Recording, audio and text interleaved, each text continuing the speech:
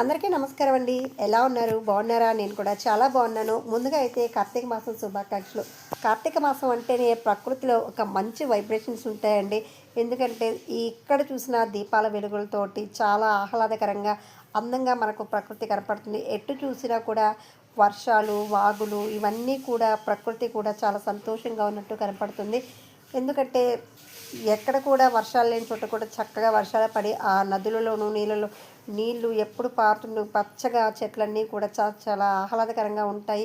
చూస్తేనే ఒక మంచి గుడ్ వైబ్రేషన్స్ అయితే మనకు కలుగుతాయి కాబట్టి ప్రకృతి పరంగా మనకు చాలా చక్కని మాసం ఈ కార్తీక మాసం. అలాగే హరిహరులను పూజించడానికి కూడా ఈ మాసం చాలా విశిష్టమైనది.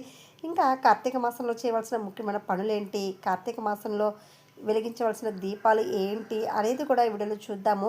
ఇంకా కార్తీక సోమవారం అంటే రేపే మనకు 27వ తేదీ కార్తీక సోమవారం అండి. ఈ కార్తీక సోమవారాల్లో ఎవరైతే పరమేశ్వరుని పూజిస్తారో అంటే ప్రత్యేకంగా మనకు మనం మామూలుగా సోమవారం అనేది శివుణ్ణి పూజిస్తామో ఆరాధిస్తామో అలా కాకుండా కార్తీక మాసంలో ఒక్కొక్క మాసానికి ఒక్క విశిష్టత ఉందండి. ఈ మాసంలో ప్రత్యేకంగా పరమేశ్వరుడికి ఎవరైతే పాలాభిషేకం కానీ ఏదైనా కూడా మీకు సంబంధించిన అంటే దగ్గరలో ఉన్నటువంటి గుడికి వెళ్ళి లేదా ఇంట్లోనే శివలింగం ఉంటే ఇది కొబ్బరికాయ నీళ్ళు, అలాగే ఇది వచ్చేసి విభూతి నీళ్ళు, అలాగే బిల్వదలు మనం ఆ నీళ్ళలో వేసి ఆ నీళ్ళతోనూ, అలాగే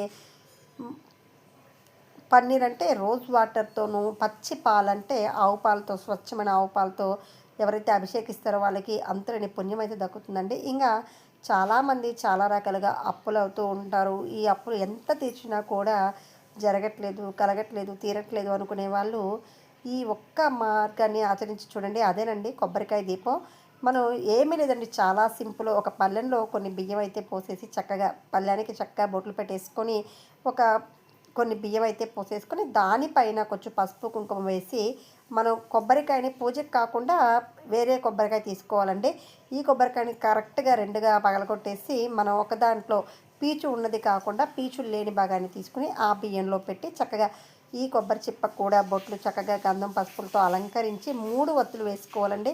3 వత్తులు అంటే ఈ కొబ్బరికాయ దీపంలో కొబ్బరి నూనెతో వేస్తే చాలా శ్రేష్టం అండి. ఆవు నెయ్యి ఉంటే ఇంకా చాలా మంచిది, లేదా నువ్వుల నూనె మీ దగ్గర ఏది ఉంటే అది వేసుకోండి. కొబ్బరి నూనె చాలా శ్రేష్టం అండి. ఇంకా 3 వత్తులు తూర్పు వైపు వెలిగేటట్టు, ఇంకా 3 వత్తులు తూర్పు వైపు వెలిగేటట్టు, లేదంటే మీరు ఉత్తరం వైపు కూడా వేసుకోవచ్చు. 3 వత్తులు అయితే వేసుకోవాలండి. దక్షిణం వైపు మాత్రం ఎట్టి పరిస్థితులను వత్తులు వెలిగించకూడదండి. ఇది అంత మంచిది కాదు. ఇంకా చక్కగా దీపాలు వెలిగించాక కొంచెం పూలతో అలంకరించి పసుపు కుంకలు వేసుకొని మీ సంకల్పం ఏదైతే ఉందో ఆ పూలు తీరాలని, మీకు ఏదన్నా అనుకోని పనులు ఏదన్నా ఉంటే జరగాలని మనస్ఫూర్తిగా ఆ పరమేశ్వరుని కోరుకుంటే తప్పకుండా జరుగుతుందండి. మీరు నెక్స్ట్ ఇయర్కంతా ఈ ఇయర్లో తీరవలసిన పనులన్నీ కూడా నెక్స్ట్ ఇయర్ లోపలే మీకు అన్నీ జరిగిపోతాయి కాబట్టి ఆచరించి చూడండి. తప్పకుండా మీకు తెలుస్తుంది ఆచరించి చూస్తేనే. ఇంకా కార్తీక మాసంలో ప్రతి ఒక్కరు కూడా 365 ఒత్తులు వెలిగిస్తూ ఉంటారు. అది కార్తీక పౌర్ణమి రోజు మనకు 2025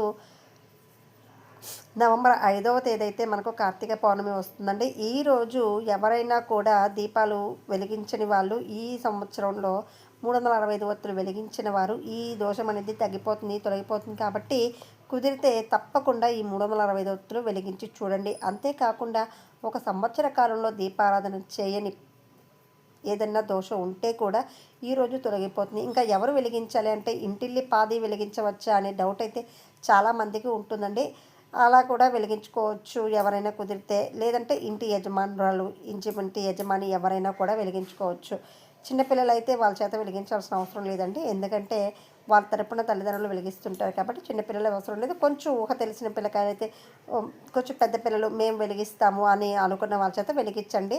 ఎలాంటి తప్పు లేదు, దోషము రాదు కాబట్టి చక్కగా వెలిగించి చూడండి. ఇప్పటి నుంచి వాళ్ళకి నేర్పిస్తే మన సాంప్రదాయాలు అవి కూడా వాళ్ళకి చక్కగా తెలుస్తాయి కాబట్టి వారికి కూడా కొద్దో గొప్ప చెప్పడం అలవాటు చేసుకుంటూ ఉండండి. ఇంకా ఉసిరిక దీపాలు, అలాగే క్షీరాబ్ది ద్వాదశి రోజు ఉసిరి తులసి కళ్యాణం ఇవన్నీ కూడా మనకు చాలా విశిష్టమైనవి కాబట్టి ప్రతి ఒక్కరు కూడా ఆచరించి చూడండి. ఇంకా నెక్స్ట్ వీడియోలో మనం తులసీదాత్రి వివాహం ఎలా చేసుకోవాలి, ఏ విధంగా చేసుకోవాలి, ఎట్లా ఆచరించాలో కూడా చూద్దాము. ఇంకా ఈ వీడియో మీకు నచ్చింది అనుకుంటున్నాను.